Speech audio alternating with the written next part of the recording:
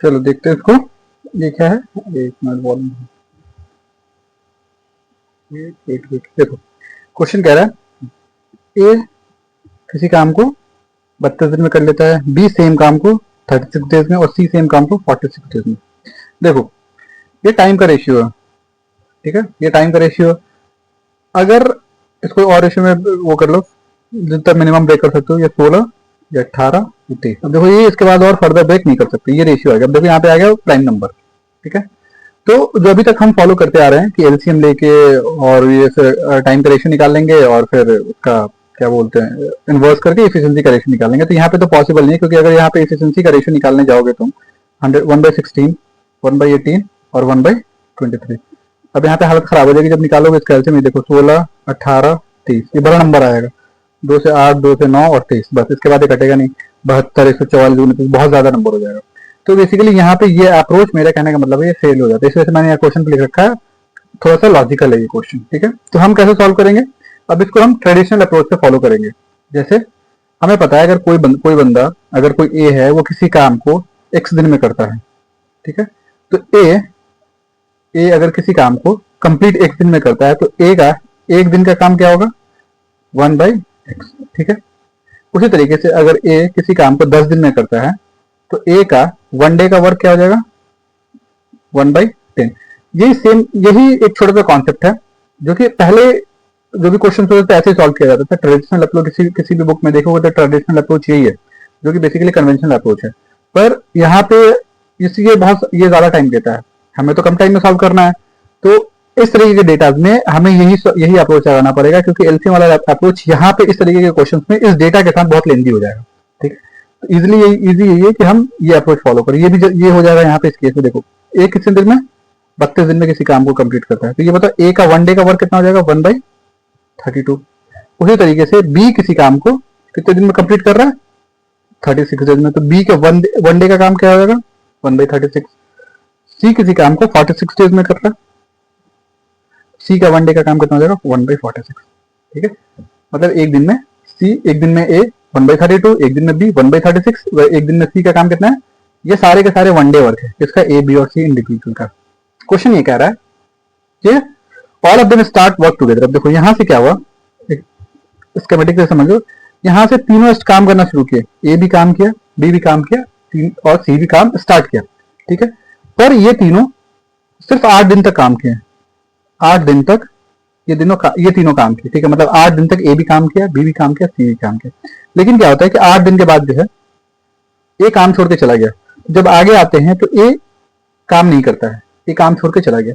तो ये बताओ जो शुरू के 8 दिन तक काम किया है वो किसने काम किया है, ए भी किया है, बी भी किया है, सी भी किया है। लेकिन अभी हमें यहाँ पे देखो ए का डेटा रखते हैं यहाँ पे, तो ए शुरू के 8 दिन काम किया है, ठीक है। तो ए जो शुरू का 8 दिन काम किया है, तो अगर एक दिन में ए 1/32 यूनिट काम करता है तो 8 दिन में ए कितना काम करेगा, 1/4 यूनिट। क्यों, 8 चौका 32, ठीक है।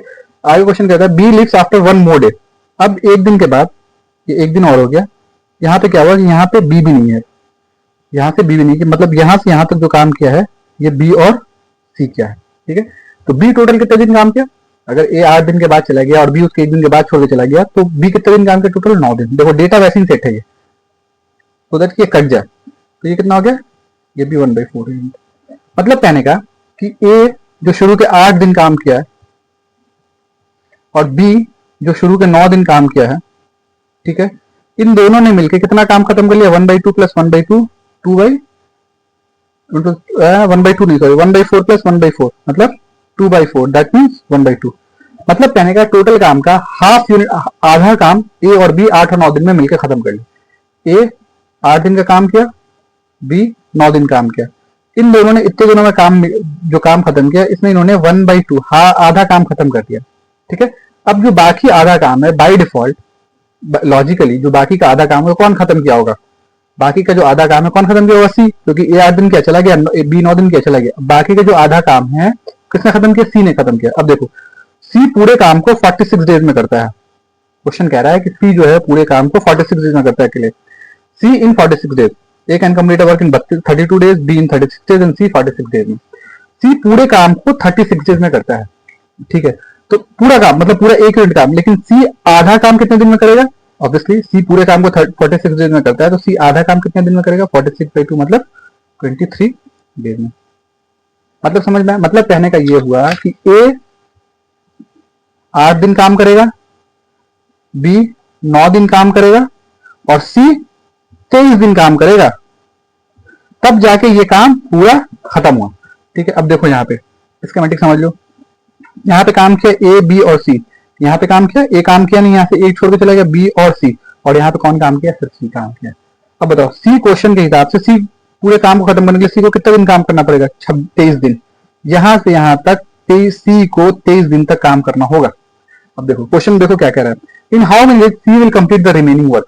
बाकी बचे काम को सी कितने दिन में किया होगा, ये समझो। यहाँ पे देखो सी ने यहाँ काम कर लिया कितने, 8 दिन, ऑब्वियसली क्योंकि ए बी सी तीनों ने शुरू किया, ए भी काम किया, बी भी काम किया, सी भी काम किया 8 दिन तक। फिर यहाँ पे एक दिन और काम हुआ, यहाँ पे कौन काम किया, यहाँ पे बी काम किया और सी काम किया। अब देखो बी पूरे 23 दिन काम करेगा, तब जाके वो आधा यूनिट काम करके कंप्लीट कर लेगा ये, लेकिन बी 23 दिन में पूरा काम करेगा।